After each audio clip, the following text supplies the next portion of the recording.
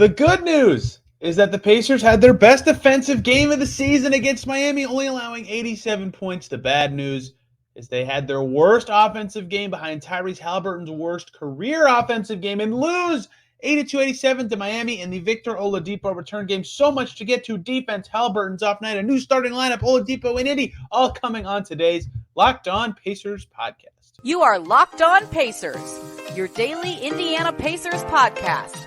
Part of the Locked On Podcast Network, your team every day.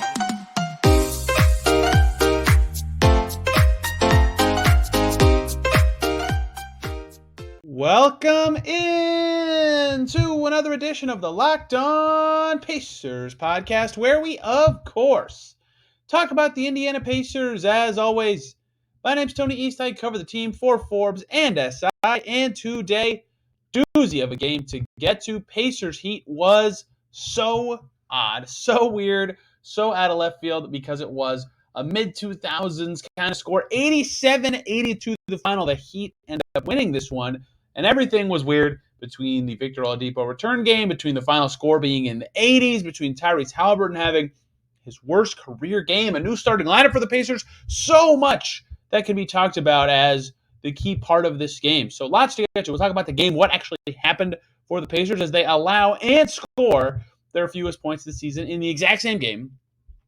What went into Hallie's off night, how the Pacers adjusted the new starting lineup, and of course, then we'll talk Vic and his return and the emotions behind that. We'll start with the game, though, right? The actual basketball game. And look, this one was super odd, and yet not at all at the same time, because remember the first time the Pacers played the Heat, no Jimmy Butler for Miami, that score was 101-99, right? Tyler Hero had that buzzer beater chance to win it. Andrew Nembhard defended it very well. It did not fall. They won.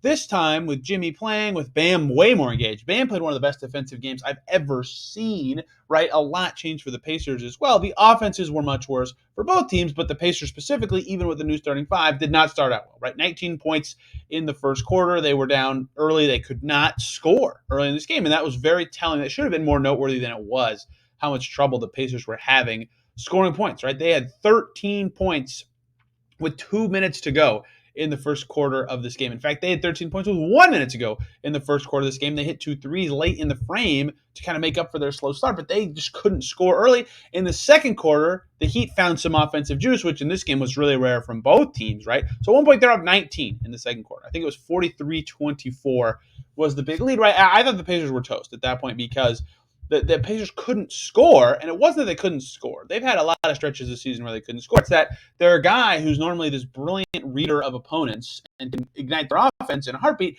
was having an off night. And at that point, it just felt like an off night. It ended up being maybe his worst career offensive game ever for Tyrese Haliburton. But with him not scoring, they had limited ways to catch up to this Miami team and actually make this an interesting game. And yet, for the final half of the second quarter, basically from that point on, right, 43-24 with 5:30 to go in the second quarter, right? That's brutal. Then Nembhard hits a bank shot. Nesmith hits a three. Turner gets to the foul line. They're suddenly cutting into it. They're only down 12. Turner hits another three. Nembhard hits another three. Mathurin gets 4 points. And that's all in about a 3.5 minute stretch I just described. All of a sudden, they're down 5, right? And the Heat get a bucket, and the quarter ends. The Pacers were down 5 at the end of the quarter, and they're right back in it, right? That was a huge stretch. That's something the Pacers do well, is find some juice, find the right lineup in the second quarter to make this valiant comeback, to make it a game. And at that point, this reminded me a lot of the first Heat game, which was very similar, where the Pacers had a great second quarter, and they sort of tapered off in the second half and ended up barely holding on to their win, but the second quarter ignited their play. So the Pacers were in it, and given how they've been all season, where they're better adjusting as the game goes on, their offense improves throughout the game, I thought they had a shot, and their third quarter was solid, right? They were ahead. They got their lead in the third. They got their biggest lead up to 5 at times in that stretch, but there was a light Heat surge that really, I think, was the deciding point of this game. You could say the slow start where the Pacers were down 19. You could say the end, which I'll talk about, but the Pacers were playing really well in this quarter, right? They got the lead finally after battling like crazy for it. They got up 62-57 with 4:44 to go in this quarter, and then they really struggled the rest of the frame and only scored 2 points in the final 4 minutes and 44 seconds of the quarter. Had the Pacers put more of a stamp on the game at that time, I think that would have gone a long way for them, because now it's tied going into the fourth at the low number of 62, and the Heat have the momentum, and the Heat defense was really what carried them in the final frame, right? They only concede 18 points to the Pacers in that frame. Pacers could not score in this game. Right? They get 82 total, and it was a really ugly fourth quarter for both teams for a while. The Pacers were ahead or at least tied for much of the fourth, had chances, and then Jimmy Butler took over, right? Showed the top 10 ceiling that he can have. He doesn't show that all the time, but for a stretch here in the fourth, it's 77-75 with 3.5 minutes to go.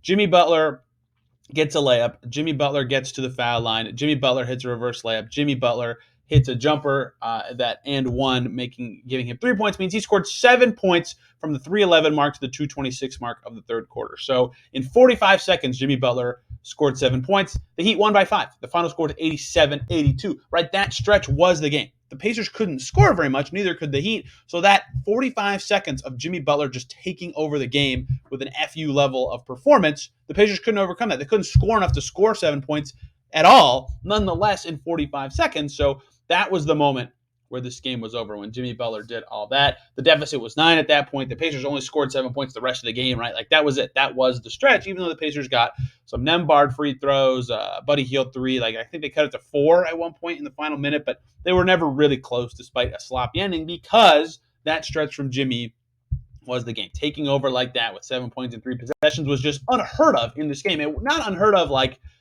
nobody could do it, but unheard of like it looked impossible. Nobody could score at all in the second half of this game. Both teams were defending very well. Neither team has had consistent offense for recent stretches. Pacers 40 points in the second half. Miami 40 points in the second half, right? 7 points, in 3 possessions is a huge swing in this basketball game. So the Pacers offense looked awful for the final 4 minutes. They could not hit shots down the stretch of this game. The exact number of points, the Pacers had in the fourth quarter was 18. The actual number of shots they hit in the fourth quarter was 5, right? That's not going to cut it. They had too many stretches of just miserable offense to keep up. And this game was pretty physical, which I think suits the Heat a little better, right? Jimmy Butler said that in his post-game interview, that the physical game is something he likes, like the in-the-mud kind of games. I think that suits the Heat, a veteran team, a more bully ball team, a little better than the Pacers, and that was a big part of what they were able to do so well. The other big part of what the Heat were able to do so well is they shut down the dude in this game. Tyrese Haliburton, final stat line. No, I'm not misspeaking at all. Tyrese Haliburton finished with 1 point. 1 point from Halliburton. We'll cover all that in the next segment. He missed all of his shots. He had 1 point, 6 assists in this game. 2 blocks, 3 rebounds, 2 turnovers.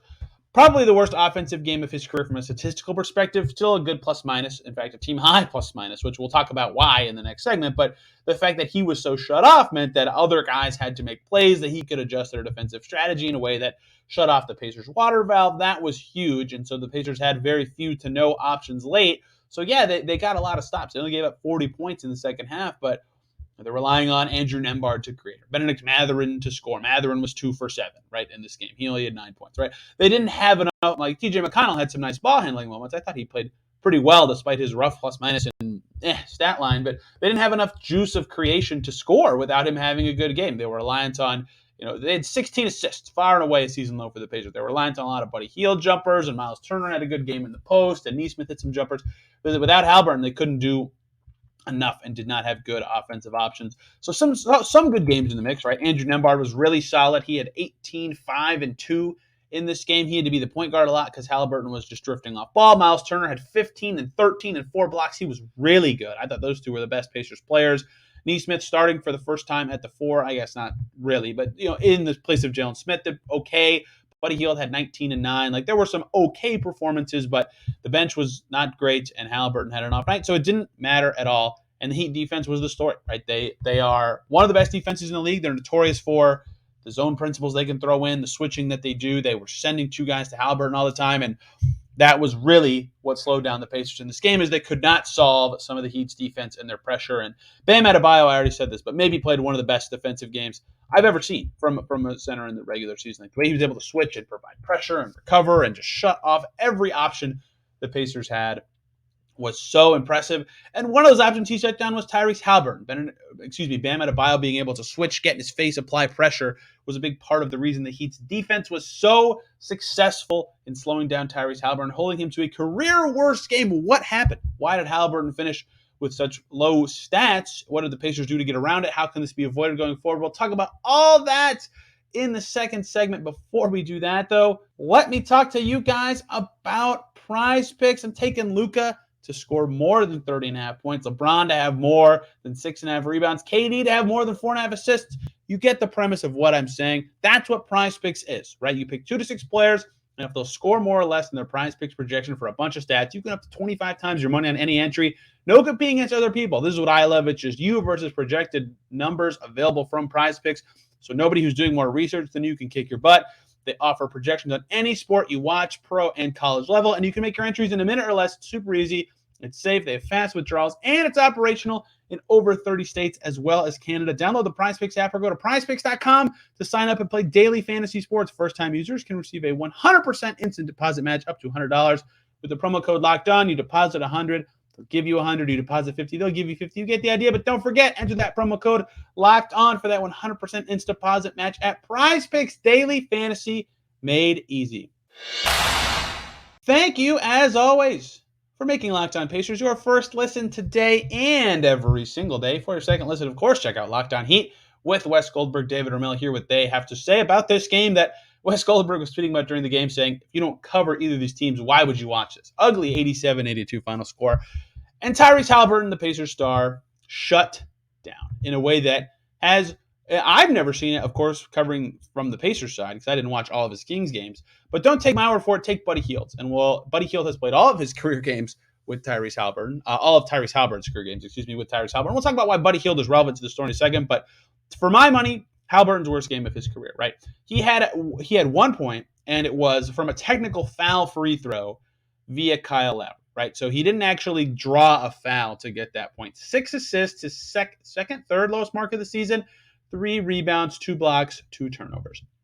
Very low stat line for Halliburton, and he was still in the game a lot. His impact was still there, right?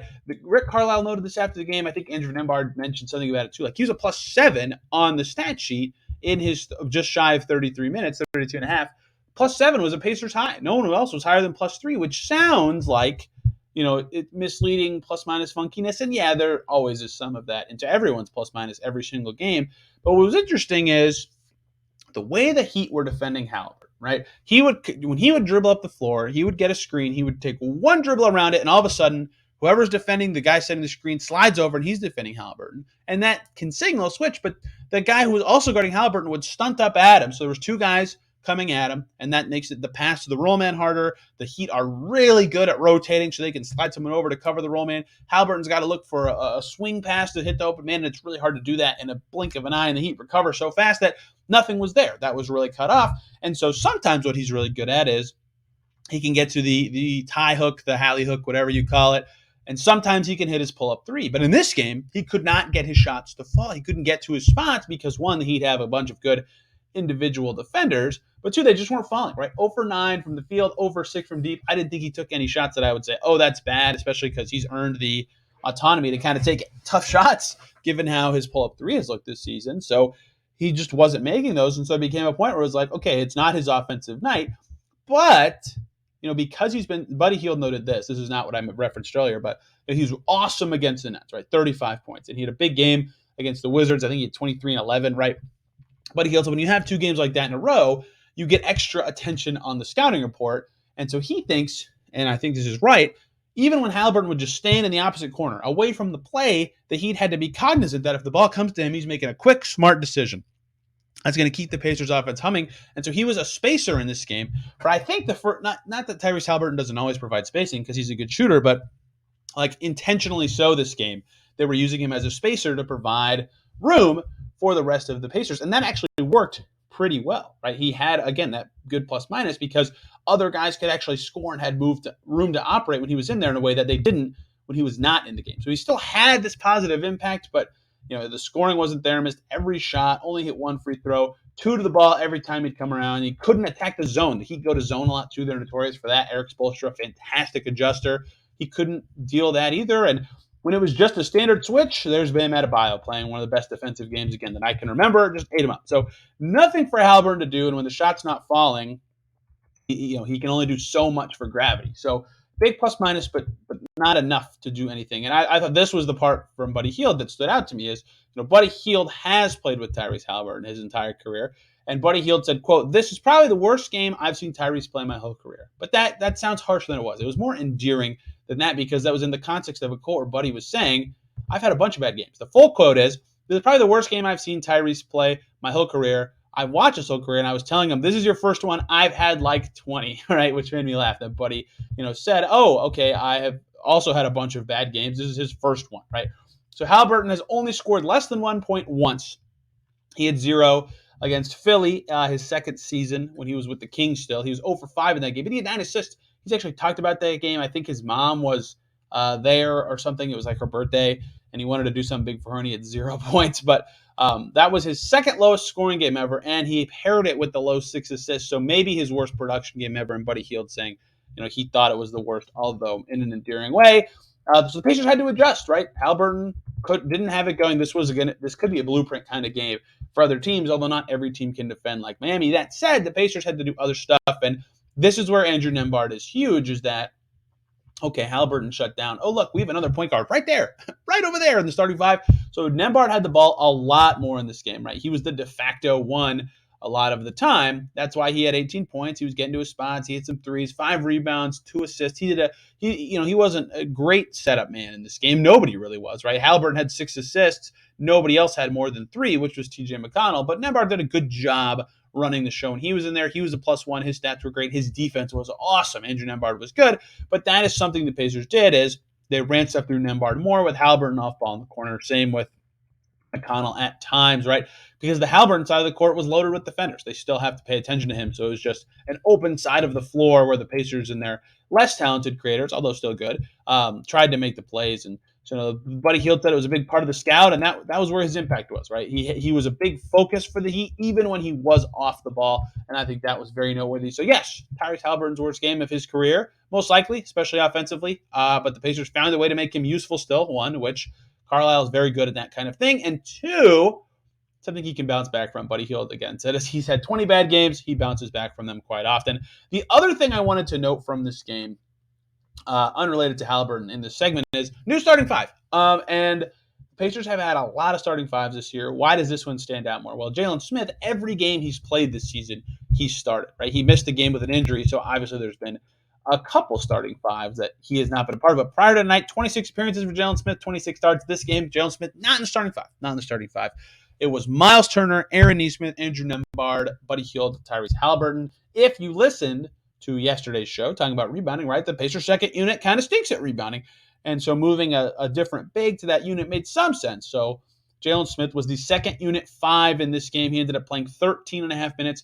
His offense, 0 for 4 from the field. He hit 2 free throws. He only had 2 points, but his defense was really solid. 3 steals and a block, right? He did a much better job in that role. So Isaiah Jackson did not end up playing. He's a healthy scratch for this game.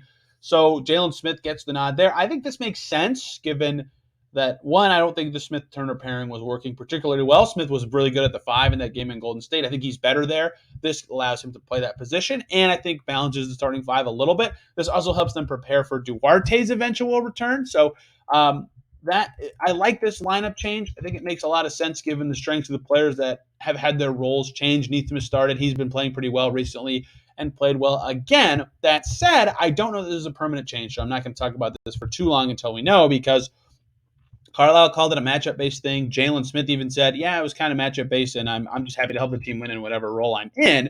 So Nesmith did well. Jalen did fine playing defense. I think he's better defending at the 5 than the 4.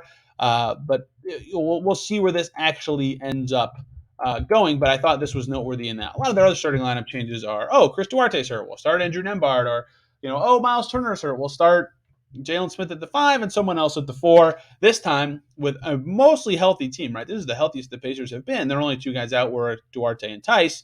They said, yes, let's start Aaron Nesmith in Jalen Smith's spot and move Jalen Smith to the bench for the first time this season.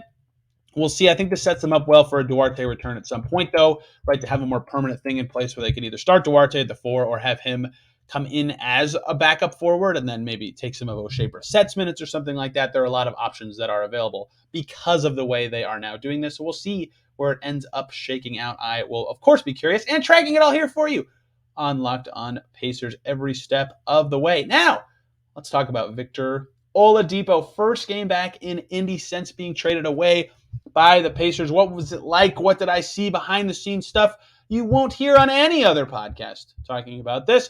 Let's talk about Vic's return. A lot of cheers for Mr. Oladipo in this game. Before we talk about that, though, let me talk to you guys about BetOnline.net, your number one source for sports betting info, stats, news, and analysis. You can get the latest odds and trends for every professional and amateur league out there, from pro football to college bowl season to basketball and the World Cup.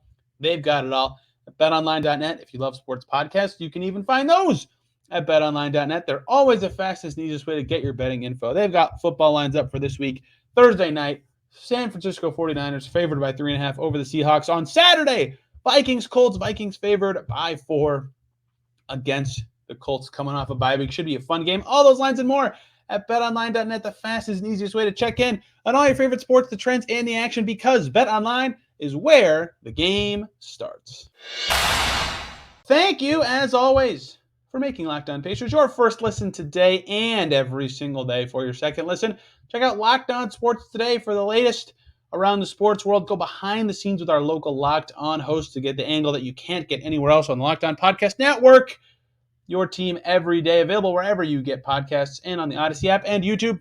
Victor Oladipo back in Indy. I got a lot of interesting responses talking about Vic today. I wrote a story on him and his tribute video and had some interesting conversations with people throughout the day. And a lot of people were really interested in this stuff, right? It's Vic's first game back. He was a part of one of the more exciting seasons in franchise history, all NBA season, right? That is extremely rare. And a lot of people just totally hate the guy now because of the way his exit was from the franchise. So some people really care about what his day was like being back and wanted to cheer him on and be there. And some people really did not care, which I thought was super interesting.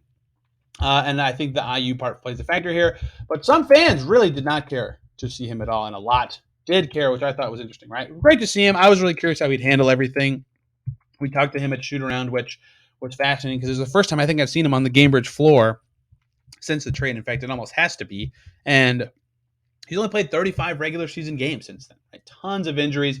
He played in the playoffs a bunch last year for Miami, but his big emotion he was referencing, right, because he hasn't played that much, he's finally able to come back, is nostalgia, right? That was a big thing for him. You know, seeing all the sights. He mentioned Steak and Shake, which a lot of people know how close that is to Gamebridge, you know, as some of the sights he saw and some of the stuff he remembered. And he joked a lot of guys like assume he's from Indiana, right? That's how tied to the Pacers franchise and IU he is still the majority of his careers with the Pacers. Was great for IU, was great for the blue and gold, obviously. So a lot of ties there that he's happy in Miami, but a lot of guys think he's from here because of how long he was here, because of the impact he had on the franchise. So before the game, I wanted to talk to one of two people, and that was TJ McConnell and Goga Bitadze, or Miles Turner, but I don't often talk to him pregame just because of his pregame schedule. But Goga and TJ played with Vic. 3 Pacers played with Vic, the 3 guys I just said. I wanted to get their perspective on what they wanted to see from him in this game. I thought they would be really interesting. So I talked to Goga, and I think there is a misconception about how some Pacers players feel about Vic, because Goga had nothing but awesome stuff to say. He said, "That's my guy, man. My time here, he was with me. He used to help me go through tough times." Right? Big respect for Oladipo. Lots of love for him. That's what Goga said. And I asked Goga what he thought the reception would be from the tribute video. And when Vic was introduced, he said, "You can expect anything. Our fans, they're only rocking with our colors. But Victor had a great time here. He didn't have any issues with the fans, didn't say anything bad about the city or the team. I feel like everybody's going to cheer for him, and it's going to be a great, warm welcome." Obviously, the stuff that J. Michael reported about Vic, chatting with players and other teams during games, not the ringing endorsement that Goga has said there. But in general, I agree with him that Vic was mostly jovial in his time here. And the reception was, in fact, as Goga predicted, right? Tribute video was good.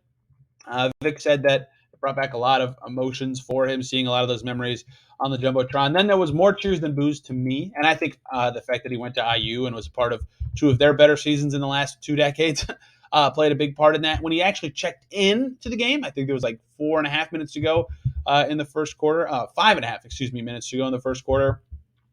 There were more boos at that point, but I thought there were more cheers than boos after he had the tribute video go, which was really cool to see. I was wondering how that would go. I actually assumed it would be more boos, just given how the exit went. But I think a lot of time passing and the Hoosier ties made it different. He didn't actually do a ton in the game, right? I think he's still getting his legs under him. That's something Spoelstra talked about before the game. He finished with 5 points, 4 rebounds, 4 assists, and a steal. He was a +8 though, which was the second highest on the Heat behind Tyler Hero. So he was still okay. I think he was focusing on playmaking a little more than scoring. But still had some value. He went at Miles a few times, and he said, I have to go hard at Miles to box him out and beat him on the glass, right? That was a key part of it. So it was fun to see him play, fun to see how that all went down, what the reception was. And then after the game, he had some fans and family in town he wanted to catch up with, and there was a Pacers Christmas celebration thing going on the court. So he was out there for a while talking with them, and then he did something really interesting, right? He got some shots up in a facility near / in Cambridge, whatever. And then he just went and sat on the court. He went on to the Cambridge court that he just played a game on. He just sat there. He sat on the floor and just reflected that that's the court that his big injury happened on. Right? That's where his entire career, his outlook, his future really changed in that moment. And we were waiting on him in doing media with other Heat players, like talked to Jimmy Butler, and he was like 20 minutes. He was just reflecting on, I don't know how long he was actually sitting where he was specifically sitting, but he was just reflecting like on his journey. I thought that was so interesting to hear him talk like that. He said, just understanding that my story and my journey is bigger than myself. When I fell there, however many years ago it was, I didn't necessarily know what the future held, but I'm still fighting and I'm still going today. I have the full quote on my Twitter feed at TEastNBA if you want to see it. I thought that was really cool that he did that, sat there, reflected, thought about his time with the Pacers, the injury, right, what that meant to him and how that changed sort of things for him on his journey. Very reflective, and he had pretty good return game, all things considered, I think, considering the reception, how he played, and he was bubbly and jovial and talked to a lot of people, some old Pacers staffers, ex-teammates and coaches. He had a lot of high fives for coaches during pregame warmups. I asked him if he got a chance to talk to any of the front office. He said he did not. I asked him about the contract stuff with, I think it was the report about him getting an extension offer of 4 years, and he quote tweeted an article about it or something saying he lost a bunch of money when he signed his current contract with a bunch of cap emojis, right? Saying that I don't know exactly what the reference was, but I asked like, hey, you tweeted a bunch of cap emojis. Can you clear up some rumors about your contract situation? He said, no, I'm not looking back. I'm only looking forward, right? He did not want to talk about that. I understand players not want to talk about that stuff, especially given how Vic has talked about this in the past. So nothing there, but that's out of the way. That was the Victor Oladipo return game. They've done the Sabonis one. They've done the Halliburton one. They've done the LeVert one. They've now done the Depot one. Brogdon is coming later this month when they go to Boston. And then I guess Sabonis and Brogdon have to come to Indiana, but I think it's a little less when they've played the team already, and there's already been the fanfare around everything that happened. But a lot of these return game stuff is all done for the Pacers, and they have shifted into their new era fully. So lots of stuff coming here on Locked On Pacers now that the Victor Oladipo game is over. Pacers are 500. They're very much clinging to life with their strong record after their good November, and their much harder schedule this month has really kind of taken them down a different path. They've got the champs in town on Wednesday, Golden State Warriors. Brady Klopfer from Golden State of Mind is going to join us, talk Warriors for a little bit tomorrow. We'll also talk about a general topic to open the show, as we do with some of those game previews. And the Warriors are a really interesting one to talk about team building with, because they did a lot of stuff very well on their path to becoming who they are now. So that'll be really interesting as the week progresses. The 15th is Thursday. So we'll talk a little trade deadline stuff then. It's the unofficial start of trade season. I have a few notes that I would like to discuss about the trade market. Won't mention any specific names. Don't care to do so at this stage. Of course, talking Cavs later in the week as well. So lots of fun stuff coming this week here on Locked On Pacers. Hope you enjoyed today's show and the game against the Heat tonight. If I said anything stupid, tweet at me at TEastNBA or this podcast at Locked On Pacers. And please follow that account, because we're going to do a mailbag early next week. You don't want to miss the opportunity to have your question on the show. I love doing those shows, hearing what people are interested in, talking about the relevant topics. Thank you guys a ton for listening. Have a fantastic rest of your day. We'll see you tomorrow.